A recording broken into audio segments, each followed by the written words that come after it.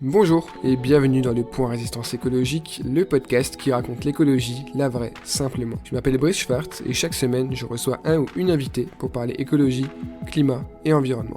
Nous explorons ensemble les solutions qui peuvent aider l'humanité à faire face à la plus grande crise de son histoire, sans greenwashing ni bullshit. Nous abordons les problématiques qui font du XXIe siècle le siècle des menaces et nous discutons des actions les plus réalistes, concrètes et efficaces. L'effondrement de la société a déjà commencé, la 6e extinction de masse est en cours et le changement climatique entraîne chaque année de nombreux dégâts, morts et réfugiés climatiques. Alors plus de temps à perdre, c'est maintenant ou jamais. Je te laisse directement avec l'invité de l'épisode et notre discussion. Salut Arthur. Salut! Bienvenue dans le Point Résistance écologique, merci d'avoir accepté l'invitation. Merci à toi pour l'invitation. Avec plaisir. Est-ce que tu peux commencer par te présenter en quelques mots, nous parler de toi, de ton parcours, de ton engagement écolo? Ouais, ça marche. En quelques mots, je m'appelle Arthur, j'ai 27 ans, je me considère comme quelqu'un d'optimiste. Je suis entrepreneur puisque c'est la définition qu'on me donne de plus en plus. C'est-à-dire que j'aime créer des choses et principalement des boîtes.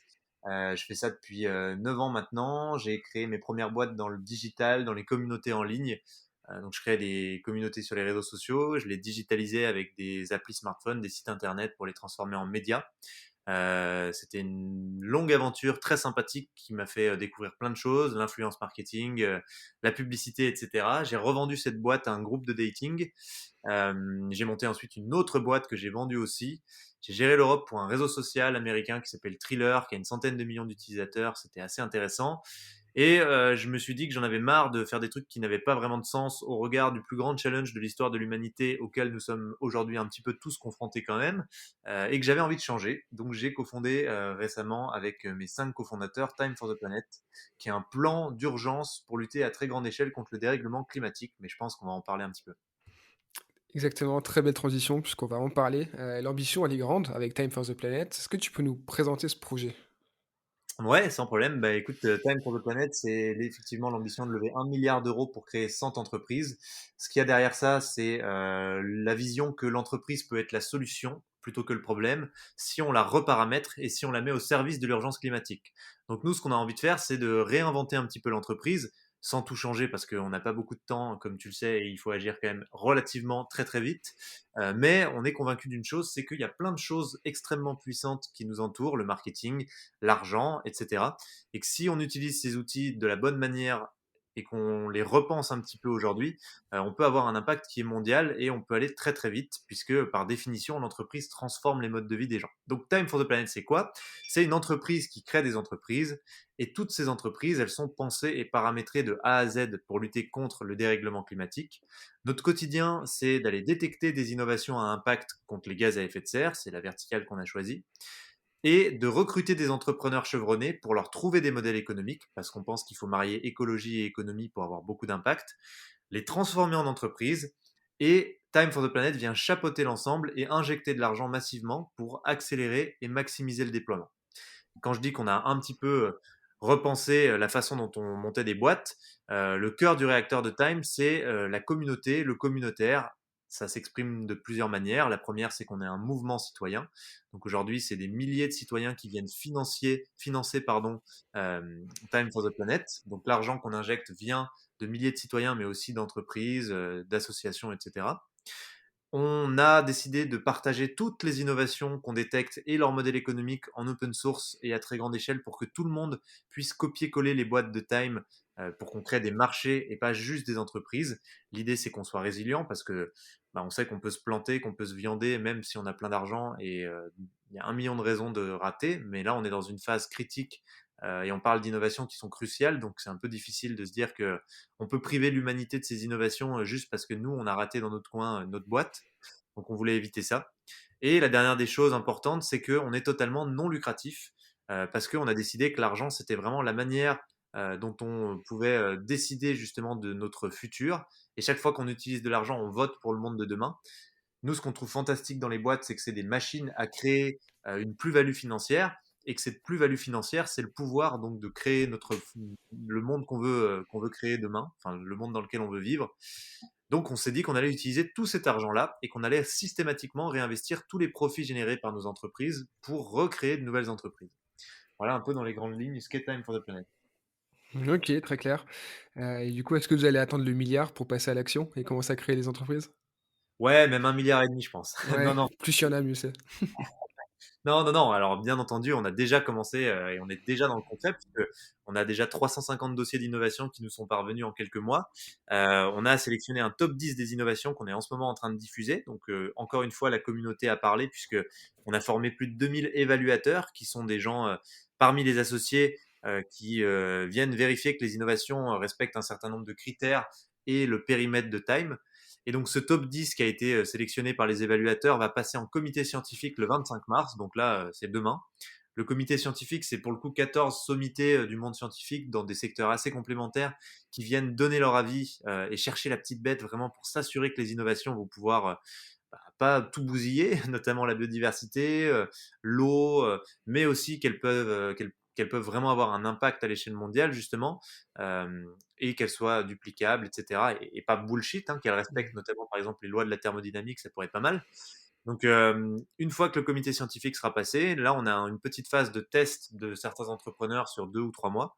Et ensuite, en juin, on vote tous ensemble, tous les associés actionnaires de Time. Aujourd'hui, ils sont bientôt 17 000 en mode à vos télécommandes et on va choisir sur quelle innovation on va investir pour créer notre première boîte. Donc, bien avant le milliard, comme tu le vois. OK, très cool. Et au niveau des entreprises qui seront créées, est-ce qu'on mise plutôt sur la low-tech, la high-tech ou un peu de tout ça?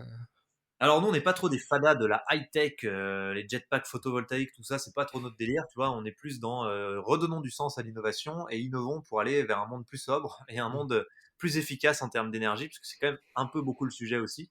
Donc on est clairement sur beaucoup de low-tech. Il y aura des, je sais pas si on peut appeler ça des high-tech, mais tu vois, par exemple, là, on a enfin, il y a plusieurs projets de batteries sans métaux rares.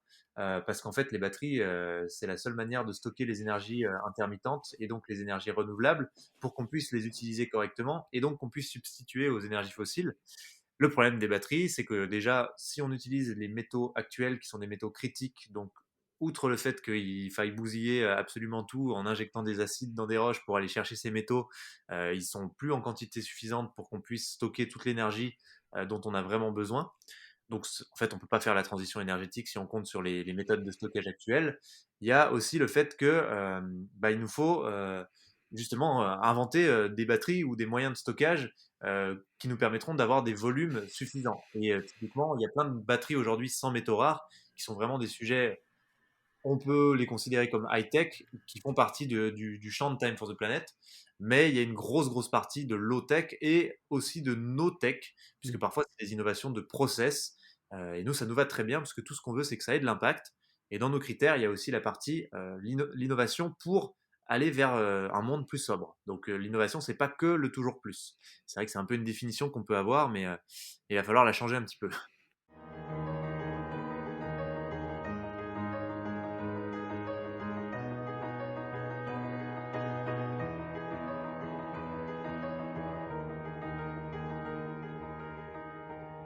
On va passer à la deuxième partie du coup, on va parler de sujets qui nous intéressent Allons-y. et je rebondis directement sur ce que tu viens de dire.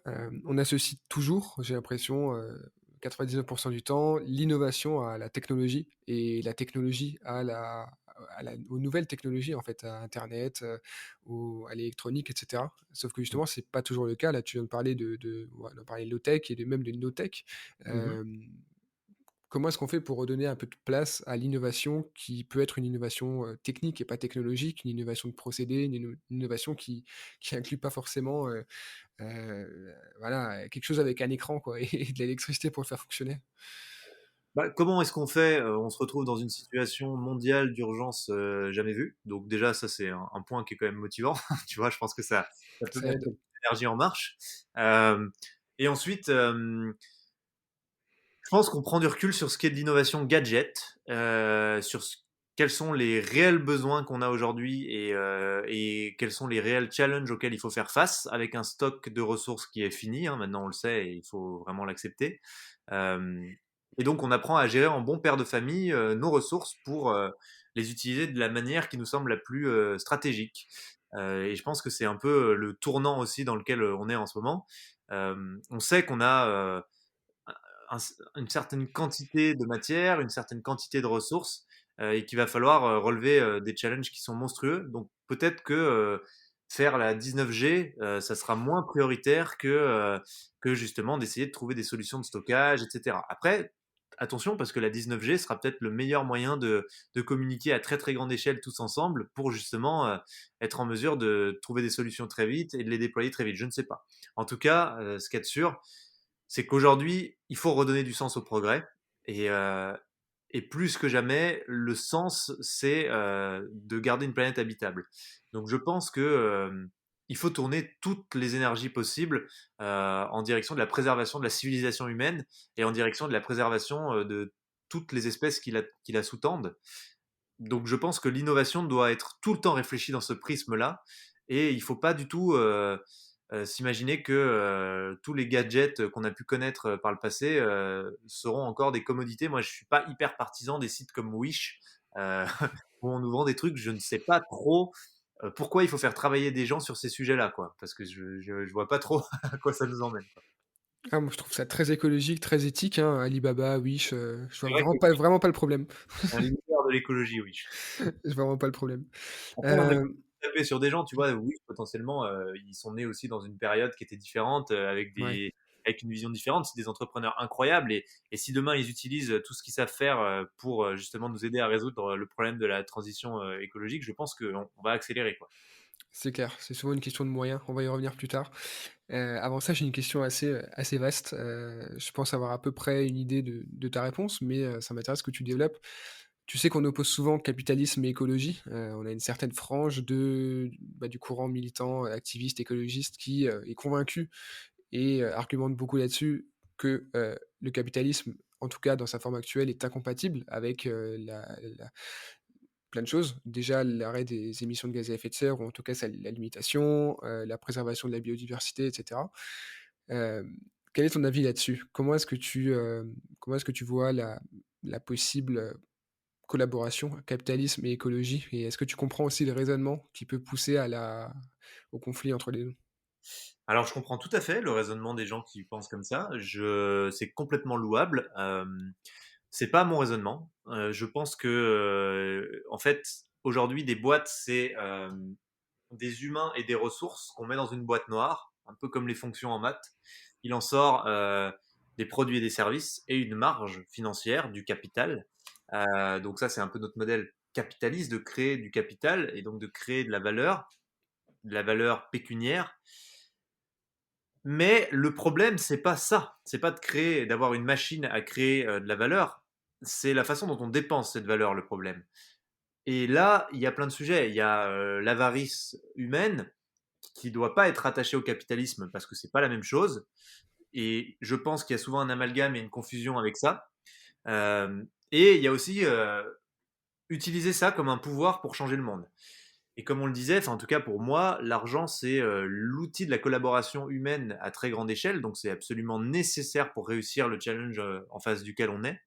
Euh, et des boîtes qui créent du capital, c'est des boîtes qui créent du pouvoir de changement. Donc à nous d'utiliser ce pouvoir de changement de la bonne manière, et je pense que si on le fait de la bonne manière, au contraire, le capitalisme peut être une arme redoutable. Après, attention, parce que il y a plein de sujets. Il y a le libéralisme, il y a le capitalisme, il y a le néolibéralisme. On ne peut pas tous mettre dans le même panier non plus. Je pense que les gens confondent un peu tous ces sujets, en tout cas toutes ces notions. Et ça peut nous tenter et nous donner un peu l'envie de dire, bah, de toute façon, il y a les pourris qui pensent qu'à l'argent, c'est le capitalisme. Et puis après, il y a les autres qui veulent sauver le monde, mais du coup, ils sont détachés de l'argent. Moi, je crois qu'il est temps d'arrêter de se tirer dessus, parce que déjà, ça dessert la cause. Qui a envie de s'engager dans une cause où tout le monde accuse son voisin ou cherche des coupables, et où tout le monde est déprimé en disant que de toute façon c'est mort parce que il y a le grand méchant monde qui est en train de nous faire couler. Moi, je connais personne qui a envie de se chauffer pour une cause comme ça. Donc, je pense que tout le monde est nécessaire dans le système. Ça fait un très bon équilibre. C'est génial qu'il y ait des lanceurs d'alerte. C'est génial qu'il y ait des gens qui soient plus méfiants. C'est génial qu'il y ait des gens optimistes. C'est génial qu'il y ait des gens dans l'action. Je pense qu'il faut malgré tout qu'on apprenne à s'entendre tous ces gens-là. Et je pense que on a créé un système qui trouve, on va dire, son seuil de contre-productivité aujourd'hui, qu'on peut appeler le capitalisme. Allez, on va l'appeler comme ça. Mais Allons-y.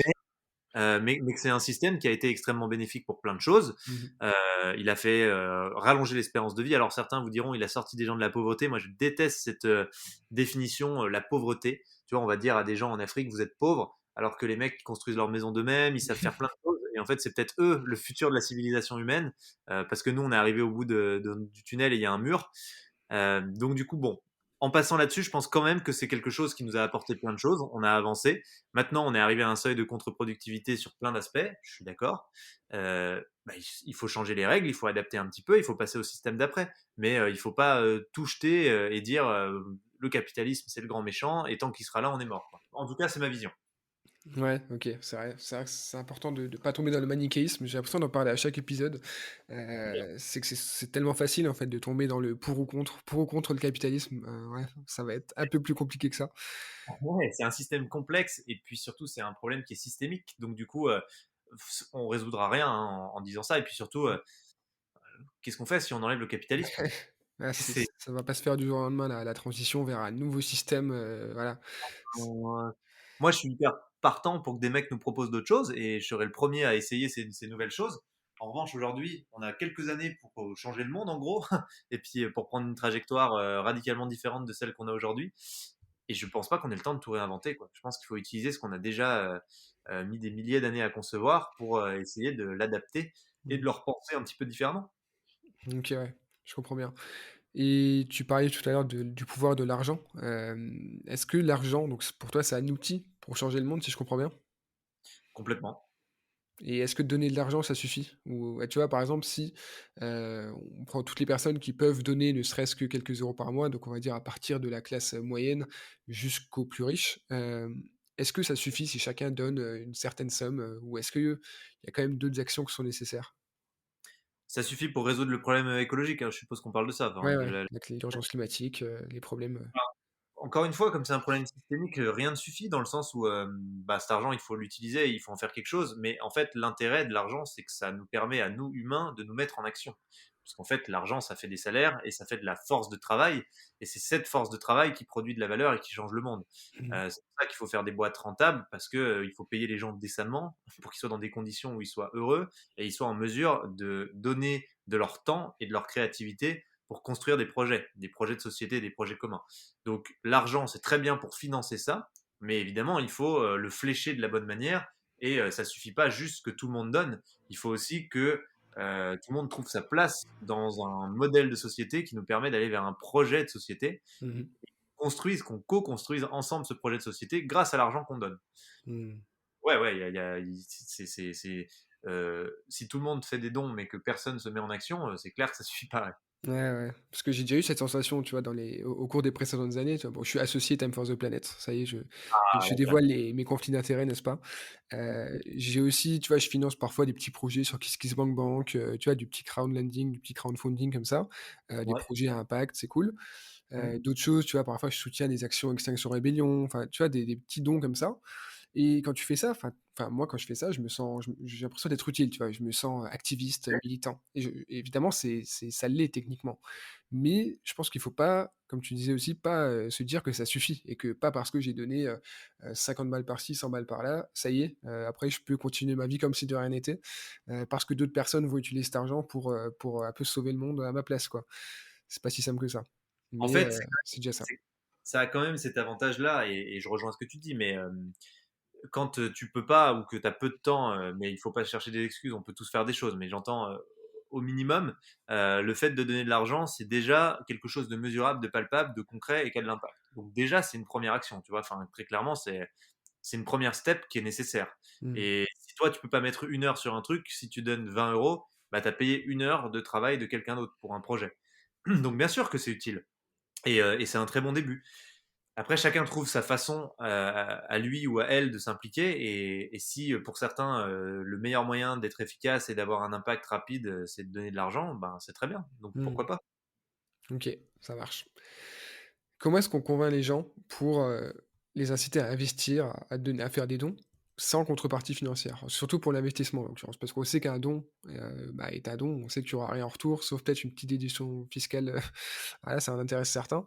Mais, comment est-ce qu'on on motive justement à donner? Parce qu'on est tellement habitué à avoir l'idée que, enfin surtout nous, un peu dans la sphère un peu business et cetera, que quand on met de l'argent quelque part, c'est un investissement, il faut qu'on retire, au moins cette somme-là, plus des intérêts, plus, un retour sur investissement. Donc comment est-ce qu'on j'imagine que c'est en influençant, en faisant comprendre qu'il y a un enjeu derrière? Comment est-ce que tu vois ça? Bah non, en une phrase, c'est en leur donnant quelque chose qui leur fait plus envie que de transformer 1 euro en 2 euros. Ouais. Et je pense que vivre dans un monde durable et, euh, et avoir un futur qui nous fait envie, ça vaut beaucoup plus cher que de transformer 1 euro en 2 euros. Voilà, c'est tout ce qu'on a fait en tout cas de notre côté, quoi. Ouais, ouais. Et donc on disait que donner, c'est déjà une action militante, activiste en soi. Et qu'est-ce que tu penses de l'activisme plus militant, les manifestations, les mouvements, les marches climat, voire les actions un peu plus, radicales? Quel est ton avis là-dessus? Même chose, que c'est nécessaire, qu'il faut tout, qu'il y a un équilibre dans un système comme le nôtre et qu'on a besoin des lanceurs d'alerte, on a besoin des gens qui font des manifs parce qu'ils sont une pièce du puzzle qui est extrêmement importante. En revanche, des fois, ils sont un peu décriés parce qu'ils ont été longtemps seuls. Et comme Mmh. quand il n'y a pas de solution en face et qu'il n'y a pas de possibilité d'agir, des mecs qui font que de dire ça va mal, à un moment, ils saoulent les gens, tu vois. Mais en fait, on a besoin que les gens disent ça va mal et que aussi, il y ait des gens qui disent ça va mal, mais on a mis en place des trucs pour que les choses avancent. Donc il faut de tout.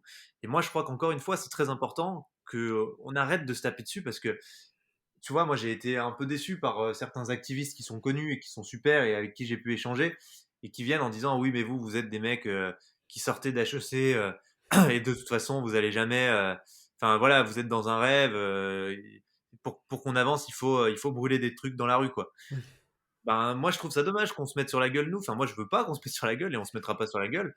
Mais je pense que chacun est nécessaire et qu'évidemment il faut des actions pour avancer outre le fait que je viens de fac de sport et donc pas Ouais. d'HEC, il y a aussi le fait que on essaie de mettre en place des actions pour que justement ce que eux mènent depuis des années, ça puisse progresser et avancer.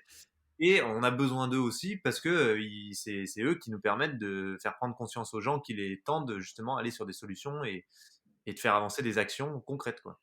Ouais, d'ailleurs, j'ai l'impression qu'on est passé de quelques décennies de vraiment, comme tu disais, de tout va mal, à maintenant, on a des solutions, qui sont très différentes, hein, il y a les solutions plutôt, business, créer des entreprises à impact, dont on en voit de plus en plus et ça a des vrais impacts, hein. C'est pas seulement du greenwashing, contrairement à ce que certains pensent. Et après voilà, d'autres actions militantes, d'autres actions, plus enfin, je sais pas, quelqu'un qui va construire sa maison, autonome, et qui décide de réduire son bilan carbone, aux fameuses 2 tonnes, par personne et par an qui sont nécessaires. C'est aussi une action, voilà, qui a rien à voir avec le business, mais qui est, qui devient possible aujourd'hui. Ouais, mais t'as Hem, il y a un gros changement. Enfin, tu connais la courbe de Gauss, tu vois ce que c'est? yes. Bah, je pense que c'est juste que ça y est, on est en train de passer dans la partie de la courbe de Gauss qui fait que ben tout a basculé. Et en fait, c'est ce qui est en train de se passer, je pense, c'est que ça y est, maintenant être climato-sceptique, c'est vraiment la loose. Enfin, tu vois, plus personne va essayer de dire sur tous les toits qu'il est climato-sceptique parce que ben l'opinion publique a changé de camp, quoi. Donc c'est ça qui s'est passé. Et ce qui est bien, c'est que ça a déclenché les solutions. Mais moi, j'adore une citation de Peter Drucker, qui est le père du management moderne et qui dit You can't manage what you can't measure. Mmh. Bah, en fait, c'est exactement ça. On a mis du temps à mesurer. Il y avait plein de gens qui essayaient de brouiller le fait qu'on puisse mesurer précisément. On a quand même fini par réussir à mesurer. Maintenant qu'on a mesuré, bah, on va manager, quoi. Et c'est toujours ça. C'est avant de trouver des solutions, bah, faut qu'on ait identifié qu'il y a un problème.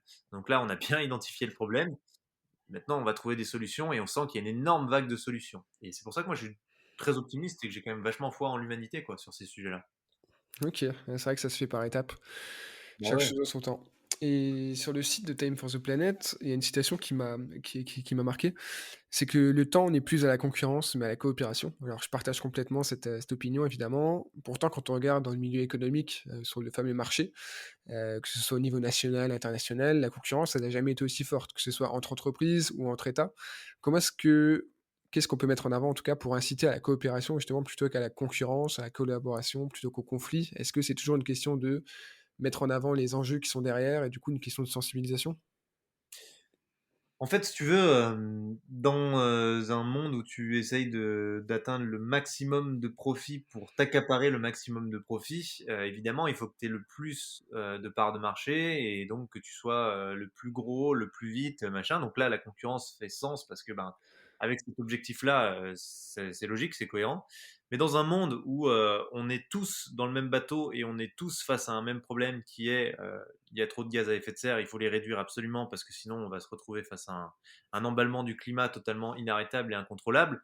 Euh, Bah, ça n'a pas de sens d'être le plus gros, d'être le plus, d'être celui qui tabasse le plus les gaz à effet de serre, puisque au contraire, l'objectif c'est de créer ses concurrents. Et si les concurrents sont plus gros que nous, c'est génial. Enfin, tu vois, on a gagné en fait. Hmm. Ça change complètement le paradigme et je pense que c'est juste une histoire d'indicateurs de succès. Et là, on est en train de changer un peu ce que c'est la définition du succès. Moi, je pense que la définition du succès du siècle précédent, c'était très tourné autour de je suis celui qui est le plus gros et je suis celui qui a le plus. Mais en fait, aujourd'hui, on est sur une définition du succès qui va aller avec les enjeux du siècle, qui est je permets le plus et je permets au plus de monde possible de participer à tabasser les gaz à effet de serre, en gros. Mais bon, il y a plein d'autres sujets, hein. Ça peut être aussi le plastique, la biodiversité, on est bien d'accord. Mais en gros, l'idée, je pense, c'est comment je rends le plus contagieux possible ma solution pour que le plus de gens possible s'en emparent, pour qu'on ait le plus d'impact le plus vite possible. Et tu vois, ce qui illustre bien ça, c'est un peu les changements de modèle économique. Tu vois, par exemple, moi, je loue mon téléphone tous les mois. Et ça paraît bizarre. En tout cas, à l'époque, ça paraissait très bizarre. Mais si tu regardes, le siècle précédent, c'était le siècle où on disait aux ingénieurs construisez des trucs les moins solides possibles pour qu'on les vende un nombre de fois le plus grand possible. Et le siècle dans lequel on est aujourd'hui, c'est les mêmes ingénieurs, mais cette fois, on leur dit construisez des trucs les plus solides possibles pour qu'on les loue pendant un nombre de mois le plus important possible. Et Hmm. tu vois, c'est pas tout à fait l'histoire de la concurrence ou pas, mais on voit que c'est une autre façon de raisonner et ça change complètement la manière dont on se positionne et dont on voit le succès. Et je pense que l'aspect de concurrence, il a été très bénéfique dans le sens où il tire le marché, puisque le fait qu'il y ait plein de gens qui sont en concurrence, ça fait monter les innovations, ça fait monter les technologies.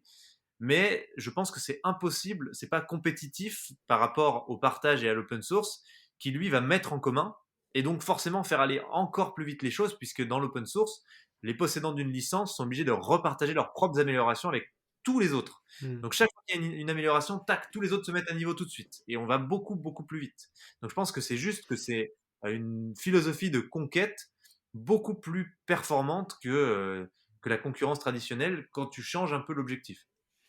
C'est intéressant parce que ça contredit un peu, tu vois, le discours des néolibéraux et des voilà, des gens plutôt à l'ancienne sur le capitalisme, sur le libéralisme, qui pensent justement que on peut combattre, le changement climatique, la crise climatique et cetera, grâce au marché, grâce à la concurrence. Parce que si ça devient un enjeu, économique, forcément pour rester dans ce système comme ça, il faut qu'il y ait une croissance économique souvent.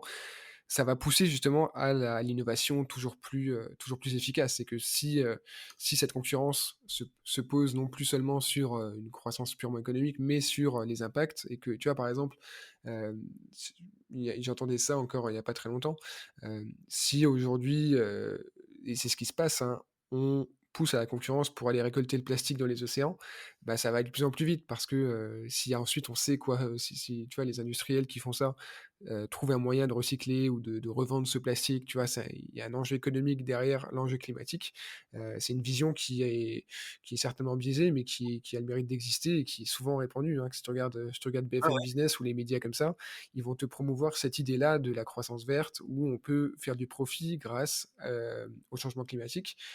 Je sais pas ce que tu en penses? Ouais, il y a plein de sujets là-dedans. Nous, on y a réfléchi. On pense que c'est vrai que c'est une solution un petit peu instinctive dans le sens où c'est ce qui a toujours fonctionné avant. C'est-à-dire que tu as un besoin, bah, il faut juste trouver un moyen de rendre ça attractif du point de vue financier.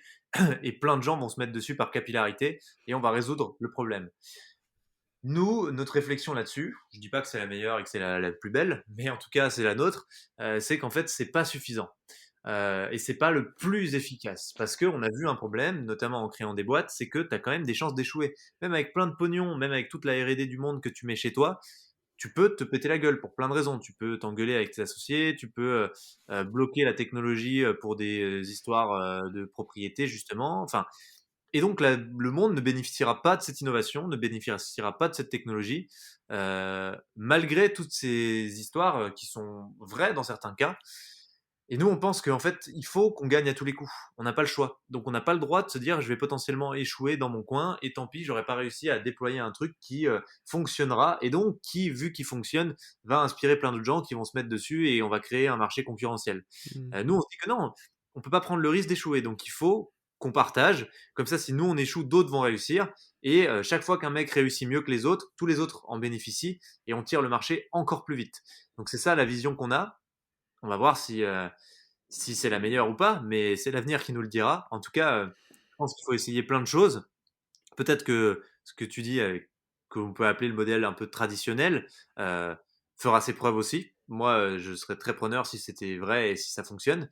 En tout cas, on est un petit peu sceptique et nous, on pense qu'il faut aller encore plus loin si on veut vraiment réussir à aller très très vite, quoi. Ok, parce qu'effectivement, l'urgence, elle est là.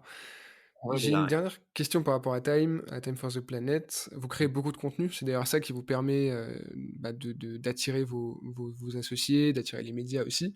Vous créez beaucoup de vidéos, des articles, vous êtes très présent sur les réseaux sociaux, vous avez énormément de contenu sur votre site qui traite aussi bien du problème, donc de tous les enjeux climatiques, écologiques, la pollution, etc., que des solutions.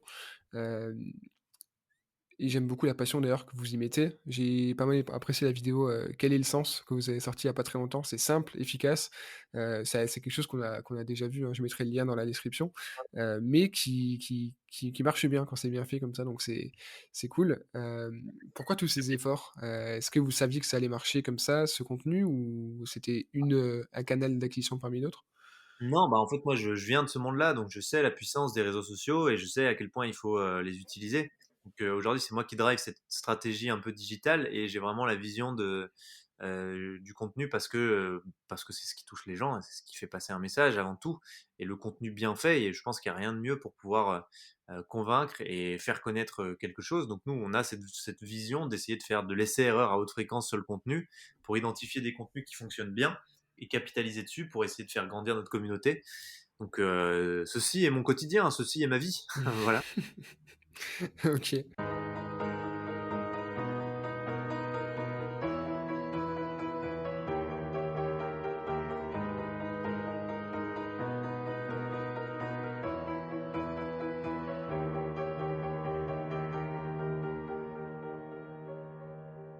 On va passer à la dernière partie du podcast, les questions rituelles.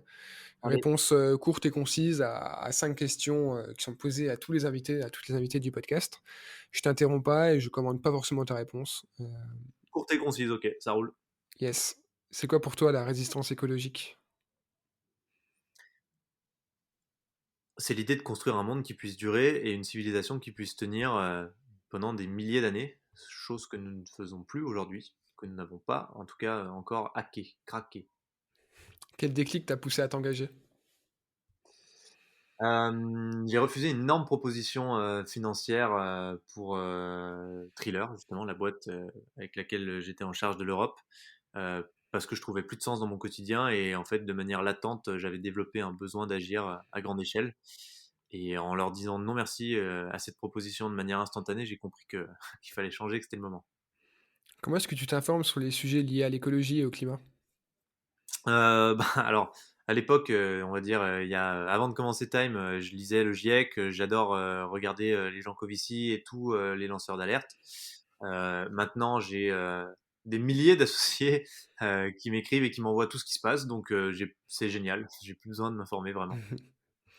Qu'est-ce que tu veux dire aux personnes qui veulent s'engager parce qu'ils ont conscience qu'il se passe des choses graves et qu'il faut agir, mais qui ne savent pas du tout par où commencer? La première manière de le faire, c'est de croire qu'on peut y arriver, parce qu'en fait, on peut y arriver. Et Pour répondre, justement, je reste là. Non, tu veux que je... Ben non, ben justement, une fois que... t'allais rebondir avec une question ou tu voulais que je précise en me disant justement? je veux bien que tu précises un peu. Ok, ben Je pense que il y a un truc qui est important, c'est d'être climato-optimiste.